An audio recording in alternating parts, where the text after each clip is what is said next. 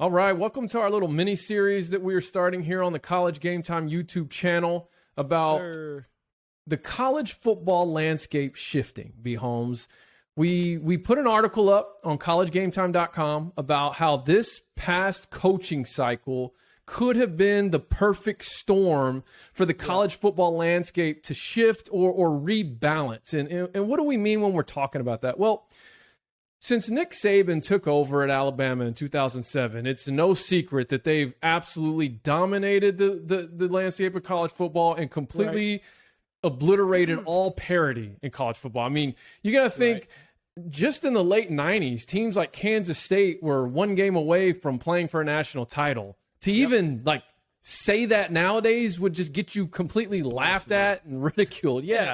But as you kind of look at what's swirling around in college football right now, you could see things start to rebalance, and maybe, just maybe, we get some parity back in college football that makes it fun again, where, sure, the Blue Bloods were always still going to be at an advantage in recruiting with money, with NIL and all that, but it would be kind of cool to see a team like Kansas State, a team like Arkansas, a team like Baylor, like one of those just kind of sneaky teams once every few years creep up and maybe crack the top five and compete for a playoff spot.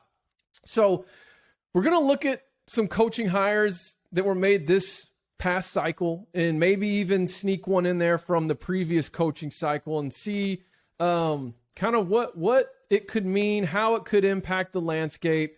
And the first thing, this first video, you saw the title, The State of Miami. Where does the state of Miami come from? That was what Howard Schnellenberger, when he took over in the 80s, if you've ever watched the U documentary, you know he came in, he said, we're going to rope off the state of Miami, which was right there in South Florida, and we're not going to let any of this talent leave.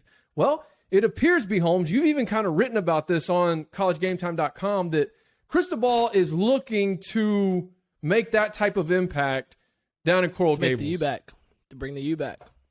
How could bringing the U back rebalance college football? I mean, I think it's one, Florida's one of the greatest talent-rich states in the country by far.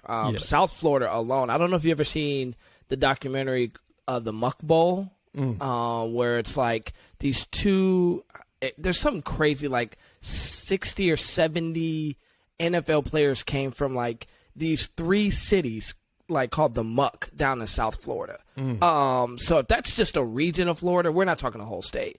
So I just think, man, Miami, if Cristobal can kind of build the fence around Miami, so to say, the state of Miami, man, I think that's a big shift, because you just know where college coaches, they're going to recruit. There's a couple places they're going. They're going to Texas, they're going to California, and they're going to Florida. And if you can keep the best players in Florida, I don't even want to go that far. If you can keep the best players in South Florida at Miami, that's a difference maker right there. You're talking about athleticism, you're talking speed, you're talking, bona fide superstars. We cannot not be honest about that and say, man, South Florida produces nothing but great football players. It's just the truth. It's not a lie. It's the truth. And I think if Cristobal can kind of build that fence around Miami, one, and keep those guys home, and obviously you got to develop the talent. But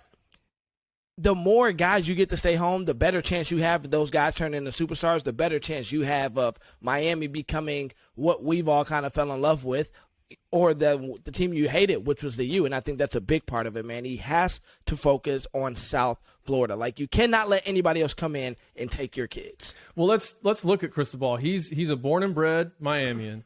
He played his college ball there. He's coached there. He was on the almighty Nick Saban staff. I think everyone probably watching this video knows his history. He was on Saban's staff, became a head coach, eventually landed at Oregon, started to have some success, started to rebuild that program post Chip Kelly era. And then a lot of people didn't think he'd do it. We didn't. A lot of people didn't. Just because the state Miami program was in, were they truly committed to football still? Were they going to get behind it financially with all the NIL stuff? Because I know that's what a lot of people are thinking. Well, NIL and transfer portal right there are going to shift the landscape. But here's the deal.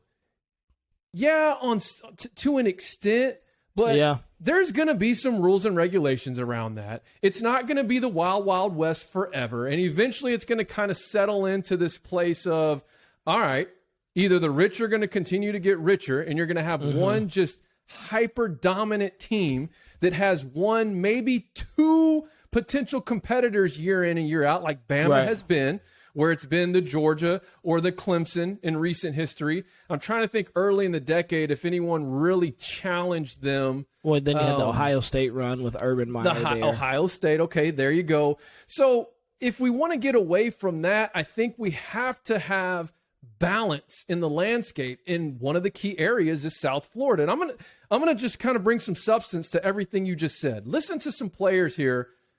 I don't know if all of them are from South Florida per se, but a lot of them are, and all of them are from the state of Florida. Trent Richardson, Amari Cooper, Derrick Henry, Joey and Nick Bosa, Laramie Tunsil, Sony Michel, Calvin Ridley, Alex Leatherwood, Jerry Jeudy, and Patrick Surtain II. That's 11 national championship rings, 10 first-round draft picks, and a Heisman Trophy winner. All of them left the state. And 11 of those guys had an incredible college career, and really only one of them is not still in the NFL, Trent Richardson, even though he was a top 3 pick, I think. Right, yeah, he was number 3. And here's what's crazy. Out of those, what was that, 11 players I just named? 1, 2, 3, 4, 5, 6, 7, 8, 9, 10. Yeah, out of those 11 players, 7 of them went to Bama. So Miami building a fence around its own state doesn't just help the Hurricane program, it hurts programs like Alabama, like Georgia, who have built an empire, who have built a dynasty on those athletes. Absolutely. So I think if Miami can become elite again, like it was in the 80s, like it was in the early 90s, like it was in the early 2000s with the kind of Butch Davis, Larry Coker years, if they can get back to that level, I think we'll certainly start to see some more parity in college football, along with the other two items we're going to discuss, particularly the other coaching hires we're going to discuss on the next 2 videos as a part of the series. So if you're watching right now, go ahead and hit subscribe. You can hit the thanks icon and leave us a little financial, send us some financial support. Help us keep the lights on. Yeah, help us keep the lights on. Please stay tuned as we're going to have more a couple more videos in this mini-series. It's going to be a 3-part series. But I'm also just kind of want to put some other notes here. Like we've got in 2017 and 2019. So this is very recent history. 3 of the top 5 Florida recruits went to Bama. In 2021, just a year ago, the number 1 and number 2 rated overall recruit in Florida went to Alabama. So it's not like it's just a thing of the past or a thing of the past decade. It's still happening. So if Cristobal can come in and bring the talent in, and as you said, develop that talent. Now, to his credit, his last 3 years as Oregon's head coach, he's produced a top 10 draft pick. Okay. Yes. What's the quarterback's name? I'm drawing a blank. Justin Herbert. Yes, and then the following year he did Penei Sewell. Shout out to my Detroit Lions. And then this year, Thibodeau. Kevon Thibodeau. Kayvon Thibodeau. So bottom line is if Miami can reclaim South Florida and build a fence and get that talent in, and not only bring the talent in, but develop it, because that was what was critical with those early 2000s teams. Butch Davis, if you remember, he was limited on his scholarships. So he was very selective about who he brought in and how he was able to use the track scholarships in conjunction with the football scholarships. And it was like, as long as they're competitive, and they ended up breaking all these records or whatever with guys like Santana Moss. And Samari Roll and all those guys. Exactly. But they developed those guys. And they became like this first-round NFL draft factory. And that's right there in the state. So, and if you read about it, Ed Reed has talked about, it seems like the culture has already changed down in South Florida. The quarterback talked about there's no more BS, is what he said, happening.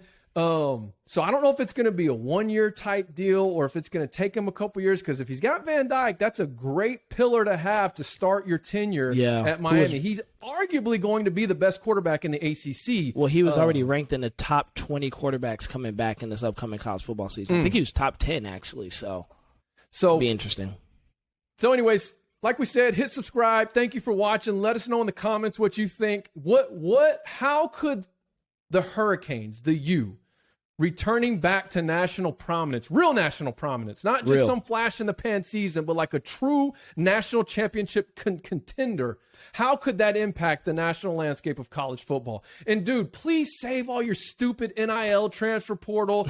All of you guys that are so bitter about that, just don't even bother commenting. Like, we get it, we understand, but trust me, the model that's in place now is not sustainable. It will change. Give it 3 years. So right now what we're talking about is long-term overhaul for the landscape of college football. And stay tuned, because in the next couple of days we will have our second part of this video series dropping.